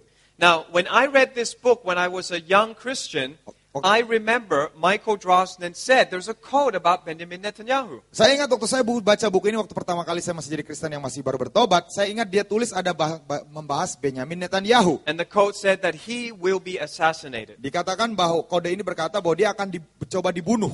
So I watched him. Jadi saya perhatikan hidupnya. And he was prime minister at that time, but then he retired. Nah, waktu itu dia jadi Perdana Menteri, lalu kemudian dia pensiun. So either the code was wrong or Netanyahu had to come back. Jadi saya pikir, oh berarti kodenya salah atau nanti Netanyahu naik lagi. He retired in 1999, Dia pensiun 1999, but he came back in 2009. Tapi kemudian dia jadi lagi Perdana Menteri 2009. And he is now the current prime minister. Dan sekarang dia menjadi Perdana Menteri Israel. I'll tell you this quote. Edwin Sherman, he's the president of the Isaac Newton Bible Code Research Society. Nah, Edward Sherman adalah presiden dari Isaac Newton Bible Code Research. He wrote the foreword to my book, The Divine Code from 1 to 20. Dia menulis kata pengantar untuk buku saya, The Divine Code. And there's this rumor about how Obama and Netanyahu, they intersect in the Bible Code. Lalu dia berkata, ada penyelidikan berkata bahwa Obama dan Netanyahu itu beririsan gitu ya dalam peristiwa di Yeskiel 38. So he investigated with his computer, Jadi dia menyelidiki dengan komputernya, and he confirmed that the name of the two current world leaders intersect. You know where? Ezekiel 38. wow. Dan dia mengkonfirmasi bahwa nama kedua pemimpin ini berpotongan gitu, persis di pasal 38 kitab Yeskiel. The Bible Code is saying that these two are now at a crossroad. Dan kode Alkitab berkata bahwa dua orang ini sekarang sedang berseberangan, sedang And berpotongan. God put both names in the scripture about nuclear war. Dan dua-dua nama ini ditaruh Tuhan di ayat yang bicara tentang perang nuklir. I think we have the deceiver already here. Saya rasa kita sudah punya si penyesat itu ada di bumi sekarang. There may be other deceivers, Mungkin ada penyesat yang lain. but right now, this man is called the man of peace, but he doesn't bring peace at all. Tapi kali ini orang ini disebut pembawa damai, tapi sebetulnya dia tidak membawa damai sama sekali. You ready for the second horse? Sudah siap kuda yang kedua? Second seal, red horse. Meterai yang kedua adalah kuda merah padam. Jesus says the second sign is war. Yesus berkata bahwa tanda yang kedua adalah perang. Red is the color of blood. Merah adalah warna darah. Let me ask you, Saya mau tanya, is blood flowing in the Middle East? apakah darah sedang tercurah mengalir di daerah Timur Tengah? You know, there's been an Arab Spring uprising since December 2010. Ya, sedang terjadi yang disebut Arab Spring ya, sejak 18 Desember 2010. It has overthrown the governments of Tunisia, Egypt, Libya, and Yemen. Yaitu penggulingan pemerintahan di Tunisia, Mesir, Libya, dan Yaman. And right now, if you don't know, there's a major slaughter in the country of Syria. Kalau saudara tidak tahu, sekarang ada pembantaian besar-besaran di Syria. Now, if you study my end time teachings from even 10 years ago, Kalau Bapak Saudara pelajari pengajaran akhir zaman saya, bahkan dari 10 tahun lalu, I've been saying for years, saya sudah katakan bertahun-tahun lamanya, forget about America. ya lupakan saja Amerika, Forget about Europe. lupakan Eropa, Look at the Middle East. lihat saja Timur Tengah. When the end comes, Kalau akhir zaman tiba, the Middle East will wake up. maka Timur Tengah akan bangkit. It will be in the news. Itu pasti akan ada di berita. But if you listen to prophecy teachers from America, Tapi kalau saudara dengar negara-negara pengajar-pengajar dari Amerika, they think American-centric. They have an American-centric view of the Bible. mereka selalu berpusat padangannya karena Amerika. Mereka berpikir Alkitab itu dipandang dari pusatnya orang Amerika. Whoever they don't like must be the Antichrist. Ya, siapapun yang mereka nggak suka disebut antikris. For years, they didn't like Russia. Ya, bertahun-tahun mereka tidak suka Rusia. So then they said Gorbachev is the Antichrist. Jadi mereka bilang, oh Gorbachev itu antikris. Because Gorbachev has a red mark on his bald head. Ya, karena Gorbachev itu ada tanda merah di dahinya ya. Then they say Boris Yeltsin. Lalu kemudian Boris Yeltsin. And I say rubbish. Lalu saya bilang, itu bohong, This sampah. is not the Bible. Itu bukan Alkitab, This is your culture. ini budaya kalian. You cannot bring your culture to interpret the Bible. Saudara nggak bisa pakai budayamu untuk menerjemahkan You naskah have to Alkitab. bring Hebrew culture to interpret the Bible. Saudara harus pakai budaya Ibrani untuk menafsirkan Alkitab. That's why Christians need to go back to the Hebrew roots. Itu sebabnya orang Kristen perlu kembali ke budaya Ibrani. Now, who are the enemies of the Jews? Nah, siapa musuh orang Yahudi? Who wants to kill the Jews? Siapa yang ingin membunuh orang Yahudi? They're in the Middle East. Mereka semua di Timur Tengah. So I said for more than 10 years, I said, you're going to look for 3 countries, Turkey, Syria, Egypt. Jadi saudara harus lihat ketiga negara ini, Turki, Suriah, dan Mesir. Egypt came first. Mesir datang duluan. Now Syria's in a mess. Sekarang Suriah sedang hancur lebur. You will see Turkey will be in the news. Berikutnya saudara akan lihat Turki akan ada Why dalam am I berita. confident? Kenapa saya yakin? Because I'm not interpreting the Bible through my own culture. Sebab saya tidak sedang menafsirkan Alkitab melewati budaya saya sendiri. I let the Bible speak for itself. Saya izinkan Alkitab berbicara atas dirinya. The Bible predicted 2,700 years ago that Damascus will be destroyed in the last days. Alkitab memperkirakan 2.700 tahun yang lalu bahwa Damaskus akan dihancurkan pada akhir zaman. Damascus does not mean Washington. Damaskus itu artinya bukan It Washington, doesn't mean Brussels. bukan berarti Brussels. It doesn't mean the Vatican. Itu tidak berarti Vatikan. Damascus means Damascus. Damaskus artinya Damaskus, Damsyik. Isaiah 17 verse 1, behold, Damascus will cease from being a city and it will be a ruinous heap. Ucapan ilahi terhadap Damsyik, sesungguhnya Damsyik tidak akan tetap sebagai kota, nanti menjadi satu timbunan reruntuhan. Yesaya 17 ayat 1.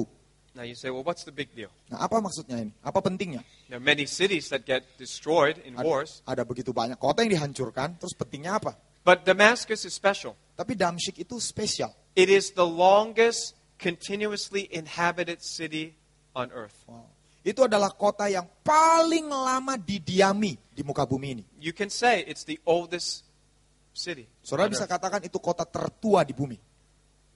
So for God to say Damascus will be destroyed is a very big statement. Jadi kalau Tuhan sampai bilang Damsyik akan hancur, itu statement besar. And you just turn on the TV and you will see it is right now being destroyed according to the word in Isaiah. Dan nyalakanlah TV, Bapak Saudara akan temukan bahwa Damsyik itu sedang dihancurkan Damaskus. Sesuai dengan apa kata firman Tuhan.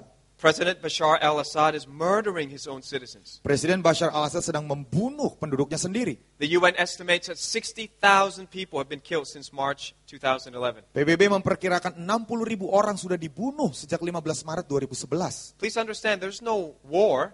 Ya, ini nggak ada perang. There's no one attacking them. Tidak ada orang yang menyerang negara ini. They're killing each other. Mereka saling bunuh. There's an average of 3,000 deaths per month. Rata-rata 3.000 orang mati tiap bulan. Last month, they said that it has doubled to 6,000. Bulan lalu dilaporkan sudah jadi double, 6.000 per bulan. This year, they predict 100,000 will die. Tahun ini diperkirakan 100.000 orang akan mati. This is what's happening. Ini yang sedang terjadi.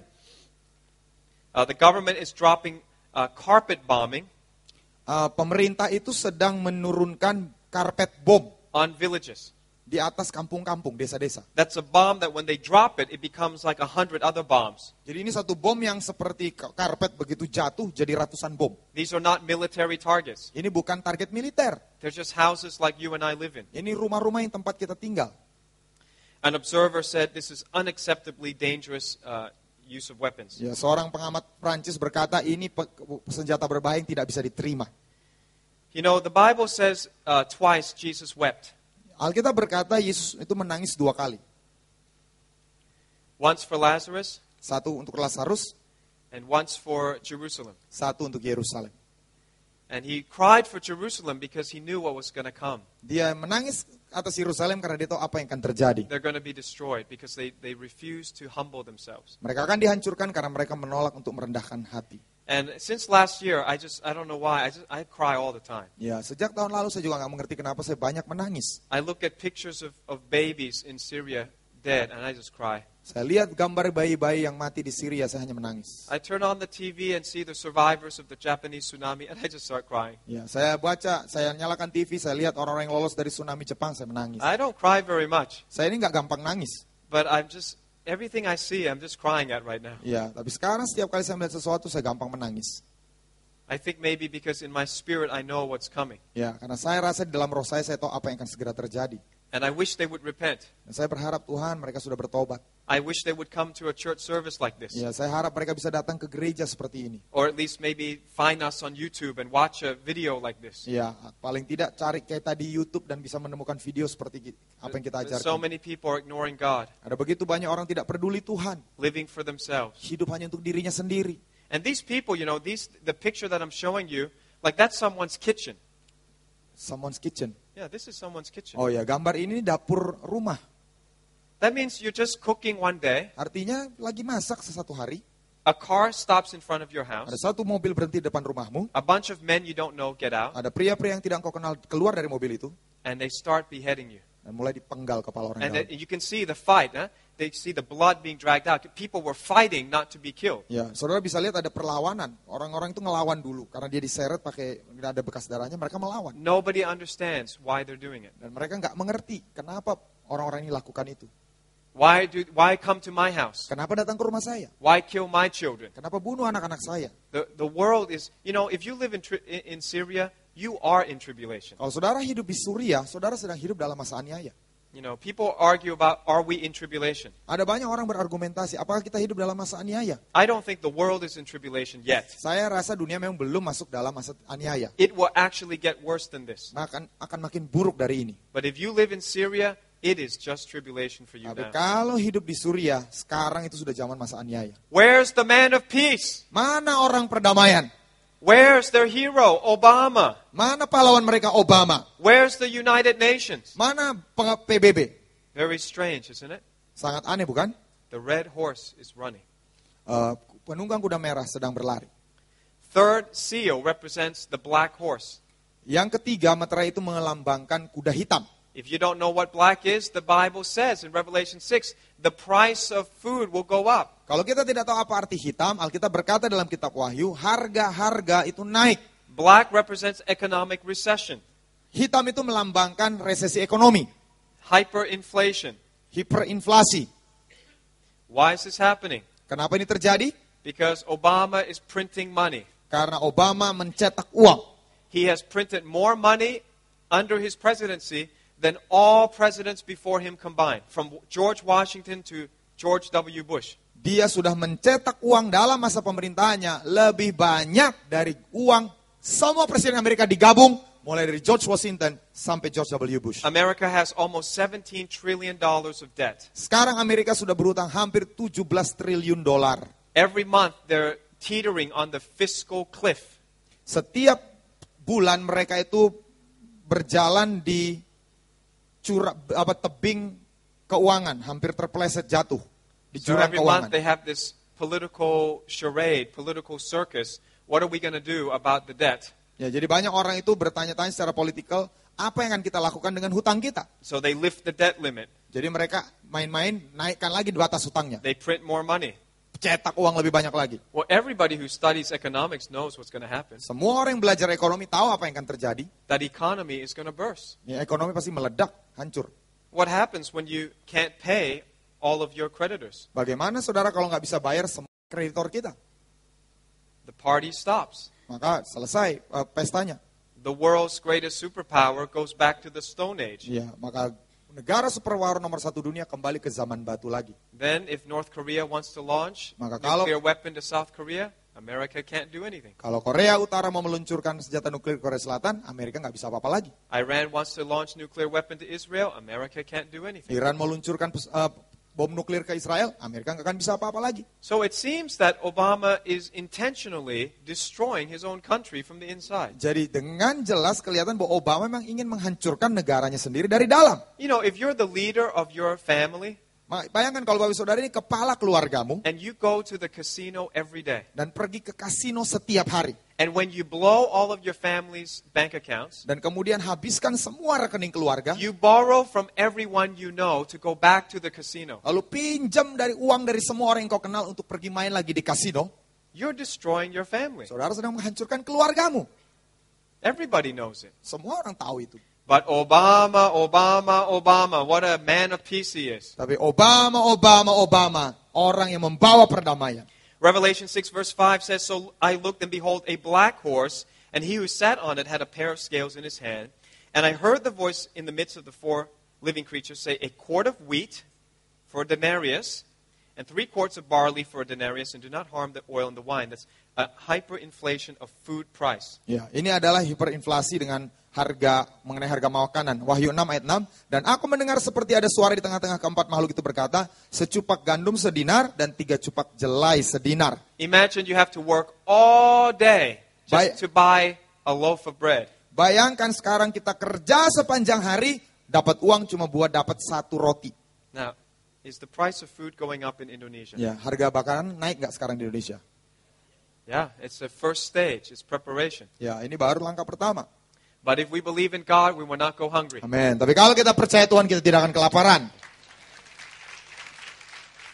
If God needs to, He will send you little birds Ya, kalau butuh Tuhan akan kirim burung puyuh. with the grocery in His mouth. Ya, pakai kantong And He will come to belanjaan. your house, and He'll go, Ya. Di burung Like that? burung gagak bawa kantong And you- belanjaan ke and you ketok open the pintu. door, and you say, wow, who left me the grocery? Ya, kita buka pintu, oh siapa ini punya kantong belanjaan tinggal. When the world is terrified, Waktu dunia ketakutan, and you say, we have no more food, mereka bilang kami nggak punya makanan. you will go open your fridge. Saudara akan buka kulkas. Say, wow, who put this cake here? Oh siapa yang taruh kue di kulkas? Cake and eggs and fruits. Kue, telur, buah. God is able to provide for us. Tuhan sanggup memenuhi kebutuhan kita. So we're not going to be afraid. Jadi jangan takut. Kita tidak akan takut. God did not say these things to make us afraid. Tuhan tidak katakan ini supaya membuat kita ketakutan. But it does help us to learn. Hold on to things lightly. Ya, tapi ini mengajar kita itu jangan terlalu genggam erat-erat yang kita We punya. have to be able to let go. Kita harus sanggup untuk lepaskan. That's our heart, is be ready. Ya, hati harus siap. We still study. Kita harus tetap belajar, We still go to work. tetap harus kerja, We still make money harus cari uang. because we're not sure exactly when it ends. Sebab kita tidak tahu kapan pastinya ini akan berakhir. But if Jesus comes, we're not sorry. Tapi kalau Yesus datang, kita nggak nyesal. If Jesus doesn't come, we're not sorry. Kita kalaupun belum datang, kita juga tidak nyesal. We are wise as serpents and gentle as doves. Kita cerdik seperti ular, tapi tulus seperti merpati. So now you know 3 horses. Jadi sekarang kita sudah tahu 3 ekor kuda. The white horse, Yang putih, what's that? apa tadi? False peace. Ya, perdamaian yang Red, palsu. red horse, Kuda merah, war. Perang. Especially war in the Middle East. terutama perang di Timur Tengah. Third horse, Yang kuda ketiga, black horse, kuda hitam, economic trouble. ya masalah ekonomi. Hey, we got all this. Sudah terjadi semuanya. You can't deny this is already happening. Saudara nggak bisa sangkali ini semua sedang So terjadi. it seems the seals have been broken. Jadi kelihatannya meterai ini sudah terbuka. But many prophecy teachers, Tapi banyak pengajar-pengajar nubuatan. many people commenting on YouTube, Ya banyak orang komen di YouTube. they're all confused. Mereka semua bingung. They say, why does it look like the seals are open, Mereka berkata, kenapa kelihatannya meterainya sudah terbuka? but we don't think we're in tribulation? Tapi kami tidak merasa kami sudah dalam masa aniaya. Because the seals do not represent the tribulation, they represent the pre-tribulation signs. Karena meterai itu bukan melambangkan aniaya, itu melambangkan masa sebelum aniaya. Ready for one more? Ya, siap satu lagi, Fourth horse. kuda keempat. The fourth seal represents the green horse. Meterai keempat ini melambangkan kematian. Chapter 6, verse 8. So I looked and behold a pale or chloros, a green horse. Dan aku melihat sungguhnya ada seekor kuda hijau kuning. And the name of the horse who sat on it was Death. Dan orang yang menungganginya bernama Maut. And Hades followed with him. Dan Hades mengikutinya, kerajaan maut.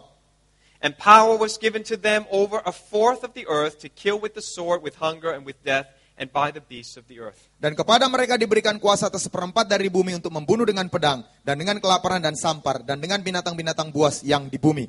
Okay, so let's say we don't know what is the green horse. Ya, misalkan saja kita tidak tahu apa itu kuda hijau kuning. Here's what we do know. Ini yang kita tahu. It's green. Warnanya hijau. It's associated with death, Berkaitan dengan kematian, hell, kerajaan maut, and the sword. dan pedang. Clear? Jelas? Well, I look out into the world, Dan saya lihat ke dunia ini, and I think, what in the world is green related to the sword and death? lalu saya tanya, apa di dunia ini yang hijau hubungannya dengan pedang dan kematian? And I don't know too many things, Dan saya tidak tahu banyak hal, but this one looks like it fits. tapi mirip dengan ini. They chose to put the sword on their flag. Mereka pilih untuk menaruh pedang di bendera mereka. They chose to put green on their flag. Mereka pilih untuk taruh hijau di bendera mereka. I'm just reading what the Bible says, Saya cuma baca apa yang ditulis Alkitab, and then I watch. lalu saya amati. That's our job. Itu tugas kita. Watch and pray. Berjaga-jaga dan berdoa. Amati dan berdoa. So sometimes the things that are so obvious elude Christians. Kadang-kadang hal yang sangat jelas justru mengaburkan orang Kristen. What is the green horse? Apa itu kuda hijau? Well, something that goes forth and brings death and destruction. Sesuatu yang bergerak maju dan membawa kehancuran dan kematian. And they like to wear green. Dan mereka suka pakai hijau. And they like to wave a green flag. Dan mereka suka melambai-lambaikan bendera hijau. The Bible continues and says Alkitab melanjutkan dan berkata, that when the Antichrist is revealed, waktu antikris itu menampakkan dirinya, menyatakan dirinya, that's chapter 13, itu di pasal 13, He causes all, both small and great, rich and poor, free and slave, to receive a mark on their right hand and on their foreheads. Dan ia menyebabkan sehingga kepada semua orang kecil atau besar, kaya atau miskin, merdeka atau hamba, diberi tanda pada tangan kanannya atau pada dahinya. And no one may buy or sell except the one who has the mark or the name of the beast or the number of his name. Dan tidak seorang pun yang dapat membeli atau menjual selain daripada mereka yang memakai tanda itu, yaitu nama binatang itu atau bilangan namanya. Here is wisdom. Let him who has understanding calculate the number of the beast, for it is the number of a man. His number is 666. Yang penting di sini ialah hikmat. Barang siapa yang bijaksana, baiklah ia menghitung bilangan binatang itu. Karena bilangan itu adalah bilangan seorang manusia dan bilangannya ialah 666. So you listen to Americans. Jadi dengar orang Amerika. I don't have anything against Americans. Saya tidak menentang orang Amerika. I lived in America for 10 years. Saya tinggal di Amerika 10 tahun. I now live in Australia. Sekarang saya tinggal di Australia. But American prophecy teachers said the mark of the beast, one time they said it's the barcode. Ya, tapi banyak pengajar nubuatan Amerika berkata dulu 666 itu adalah barcode. You know, because the barcode has 2 double lines, and then another double line, then another double line, and they say the double line is 6, and the double line is 6, and the double line is 6. Ya, karena barcode itu kan punya 2 garis yang menonjol ke bawah. Ini 666, jadi 666. And I thought, big deal. Ya, saya bilang, nggak terlalu penting.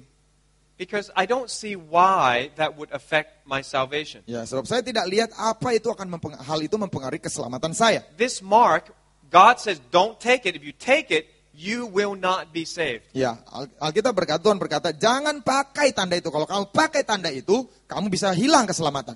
So I don't know what the mark is. Ya, jadi saya tidak tahu apa itu lambangnya. Somebody said the mark is the World Wide Web, the internet. Ya, ada yang bilang juga 666 itu www, World Wide Web, Because internet. www in English, W, I don't know what it is. It's 20th something letter. Ya. But in Hebrew, vav, vav, vav is 666. Ya. Dalam bahasa Ibrani, vav itu 666. And I think, okay, big deal. Saya bilang, nggak ada hubungannya. The internet has many evil things. Iya, memang di internet itu banyak hal jahat.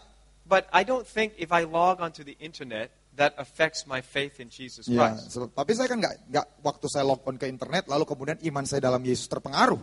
So, I think that the best theory I've heard is maybe it's an implant. Ya, jadi teori terbaik yang pernah saya dengar mungkin adalah implant yang ditanam. But not a health chip, Tapi bukan chip untuk kesehatan, not identity card. bukan identitas, kartu identitas. It has to be something more. Harus lebih dari sekedar itu. And so this is where maybe in the 4th session I might tell you more. Ya, nanti saya akan bahas di session keempat, saya lebih banyak bahas. But it seems to be to change who you are. Ya, tapi mungkin tanda itu akan mengubah diri kita.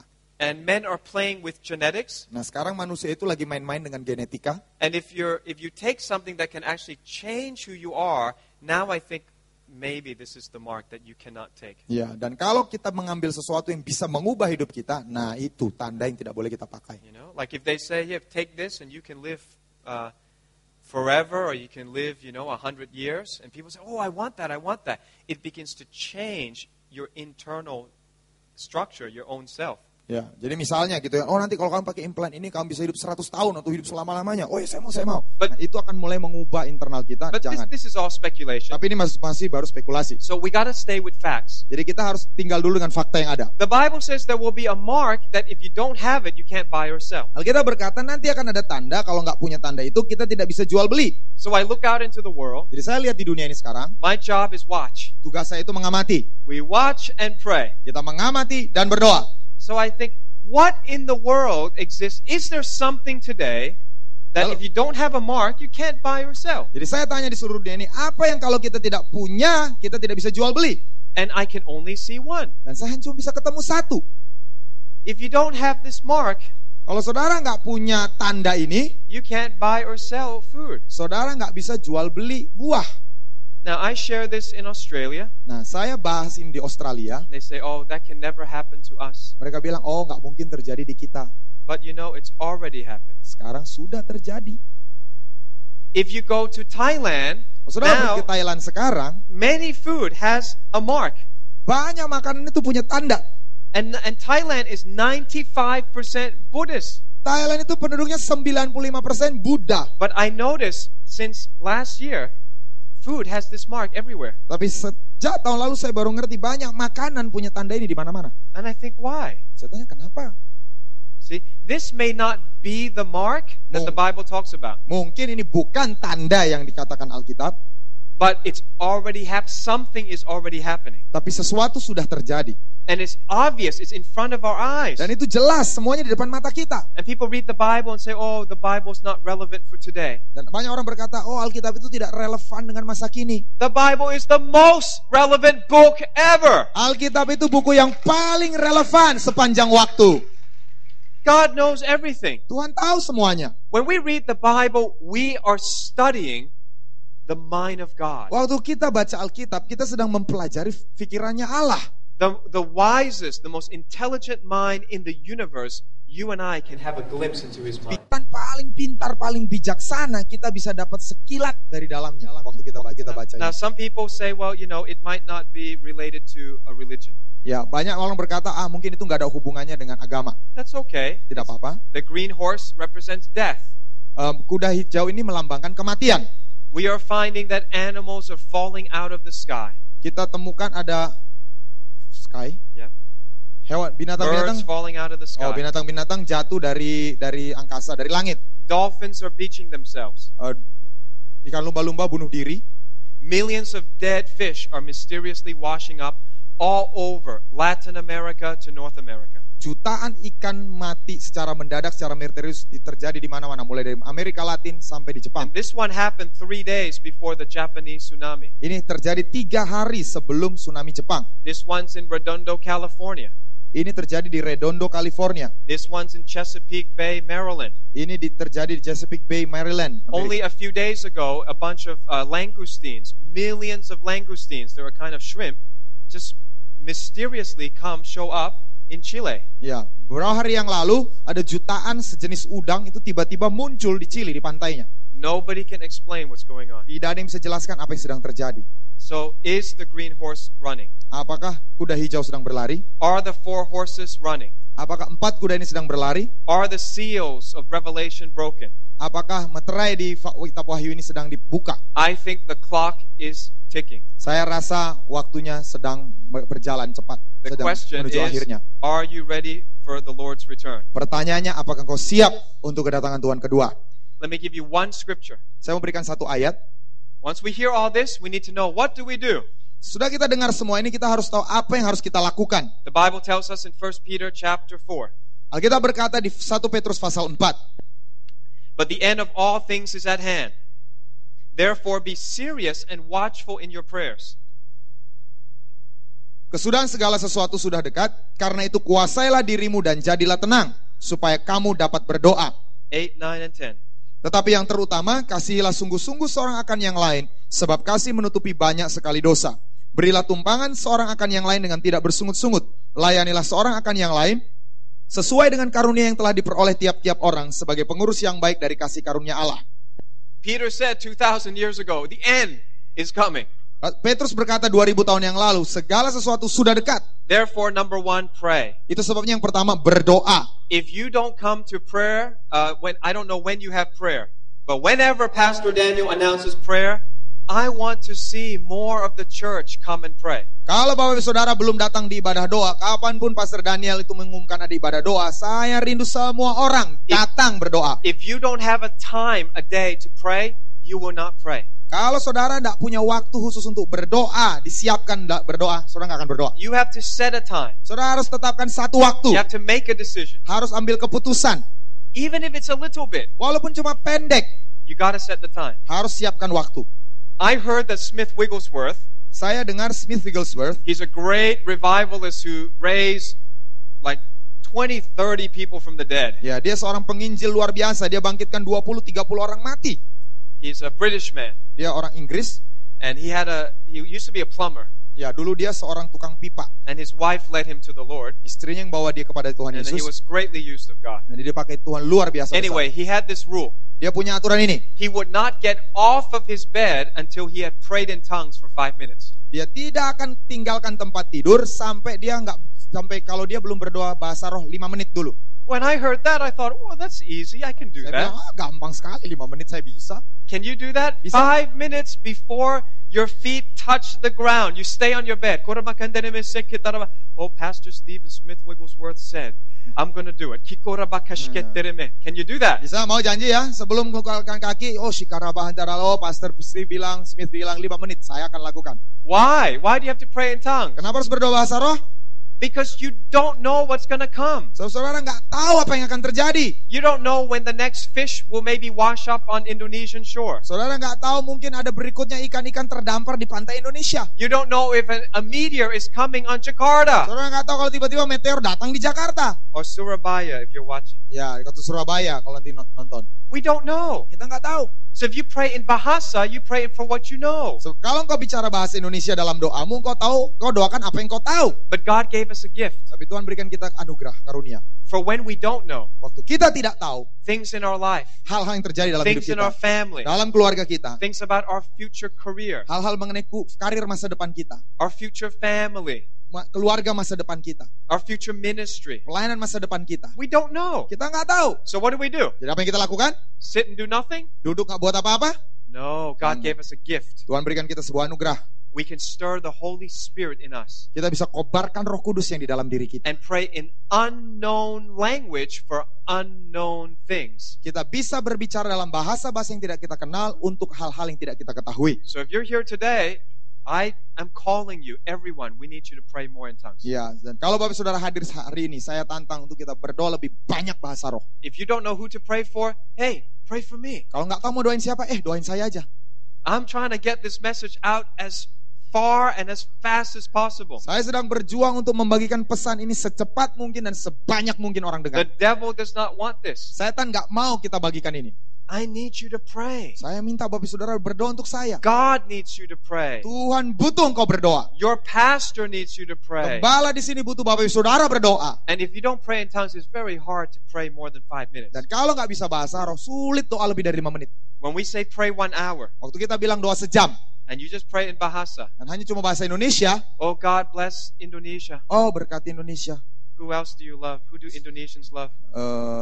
Australia. Oh God bless that pastor from Australia. Oh Tuhan berkati gembala dari Australia. I forget his name. Oh saya lupa namanya Tuhan. Help him, Lord. Tolong deh dia Tuhan. Oh Father, bless my mother and father. Oh berkati bapak ibu saya. Bless my family. Berkati keluarga saya. Oh, give me lots of money. Oh beri banyak uang. More money, don't forget me, Lord. Ya kalau lebih banyak uang jangan lupain saya In Tuhan. Jesus' name. Dalam nama Yesus. Ayo, 30 seconds. Ayo 30 detik. Finish. Habis.